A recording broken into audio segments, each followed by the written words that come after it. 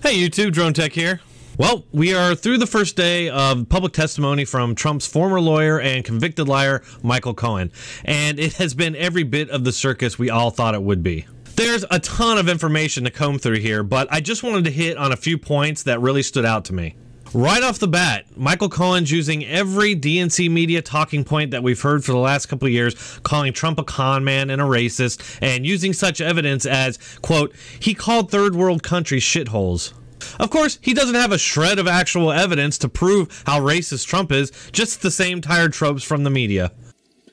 Never in a million years did I imagine, when I accepted a job in 2007 to work for Donald Trump, that he would one day run for the presidency, to launch a campaign on a platform of hate and intolerance. Donald Trump is a man who ran for office to make his brand great, not to make our country great. He had no desire or intention to lead this nation, only to market himself and to build his wealth and power. Mr. Trump would often say, this campaign was going to be the greatest infomercial in political history. Cohen makes the claim that Trump was only running to build his brand and would constantly refer to it as the greatest infomercial in American history. He goes on to say that Trump never really wanted to win and didn't think he was going to win. This is just not believable. Trump was running harder than any other candidate out there. If you remember correctly, Hillary was skipping states while Trump was hitting up states at the very last minute for gigantic rallies. It's very clear that Trump was working very hard to win that campaign, so it's just not believable that he was only doing it as a way to build up his brand. And then, of course, later, he's claiming that Trump would do anything to win the presidency, so there's some pretty major contradictions there. I'd really like to know, if Trump hates black people so much and brown people, why is it that black and brown people are doing better in this country than they ever have in the past? And I know I said this a couple times now, but isn't it amazing how Cohen's words mirror exactly what Democrats and the media have been saying? He knows that all he has to do is just repeat all the things that they've been drilling into people's heads, and they're going to be on his side. And I'll ask the same question I've asked hundreds of left-wingers over the last few years, and I never get a response to. What has Trump done to black people? Which policies can you point to and tell me those are anti-black or those are anti-brown? There are none. It's a complete mirage. Surely, if Trump is the Hitler-esque hate monger that the media and Cohen claims he is, there's got to be some sort of evidence or policy that you can point to and say, this is anti-black. Nope, black unemployment is the lowest it's ever been. And despite the media narrative, hate crimes are so rare that people actually have to fake them. I also find it really hard to believe that a racist would work so hard to help black corporations improve their communities to the point where Jesse Jackson offered up such glowing praise to Trump, saying, we need your building skills, your gusto, and your desire for people on Wall Street to represent diversity. We thank you for coming tonight. Let's give Donald Trump a big hand. Racists don't work to improve the lives of African Americans. Mr. Cohen, how long did you work in the White House? I never worked in the White House. And that's the point, isn't it, Mr. Cohen? No, sir. Yes, it is. No, it's not, sir. You wanted to work in the White House. No, sir. You didn't get brought to the dance. Sir. And now? I was extremely proud to be personal attorney to the President of the United States of America.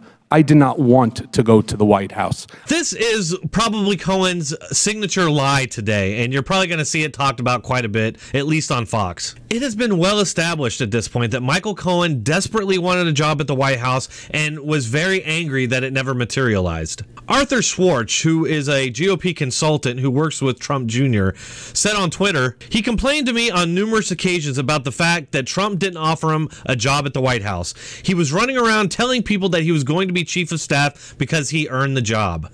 Even CNN couldn't deny that this was a huge whopper of a lie. And the one potential problem that I thought Michael Cohen has is when he was asked if he wanted a job in the White House, and he said no.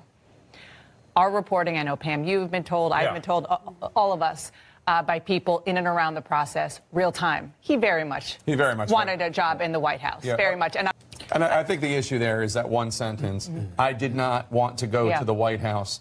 all of our reporting suggests that's not true. Even the Daily Beast, a left-wing publication, reported that Cohen was telling everyone around him that he wanted a White House job. I think that this point is actually really important because it gives Cohen a motivation to want to destroy Trump.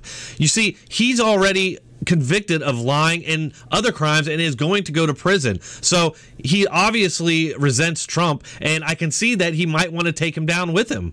There's an old saying that the best lies have an element of truth to them, and I think we're seeing that when Cohen admits that he has no evidence of Russian collusion. The media is now taking that quote and saying that, oh, if Cohen wanted to, he could lie about this, but the fact that he's admitting he has no evidence proves that he's credible.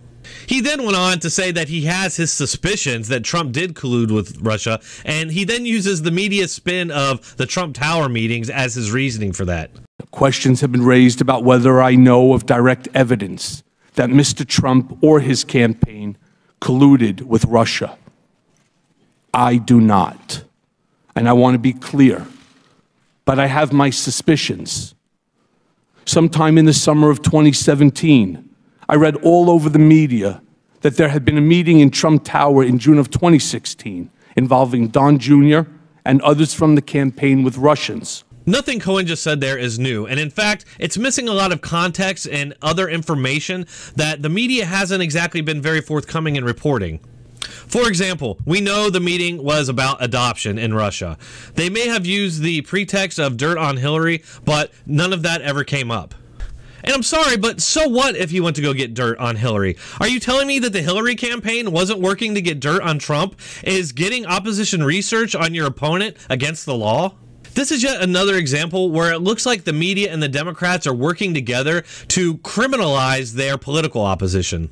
We already have a great example of that in the 2018 midterm elections for the Democrats. I predicted back when they first started the whole Russian collusion narrative that anytime Democrats won an election, there was no Russian meddling. But as long as Republicans win an election, they will always, from here on out, always try and sully that victory by claiming that it was influenced or meddled with by Russia.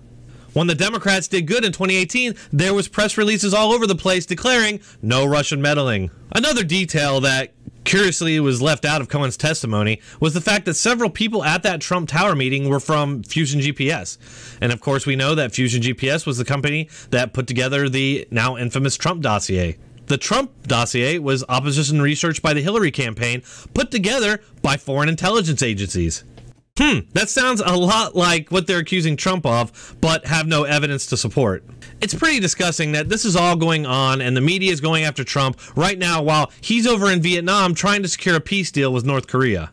I can't imagine that if the shoe was on the other foot and it was the Democrats being hounded by the Republicans, that the media would be playing along like this. I have no doubt that the media would be doing all that they could to torpedo the Republicans, just like they did in every investigation of Hillary. My prediction is absolutely nothing comes of this Cohen testimony. It's clear that he's got no evidence of anything illegal, or it would have come out already. The only purpose of these hearings is to give the media and Democrats another weapon to flog Trump with before the 2020 elections. If Trump actually broke the law, then he should be punished. But I've seen zero evidence so far that he's broken any laws. And that's pretty telling because in the 2 years that since he became president, it's been nonstop, almost 100% negative coverage of the president.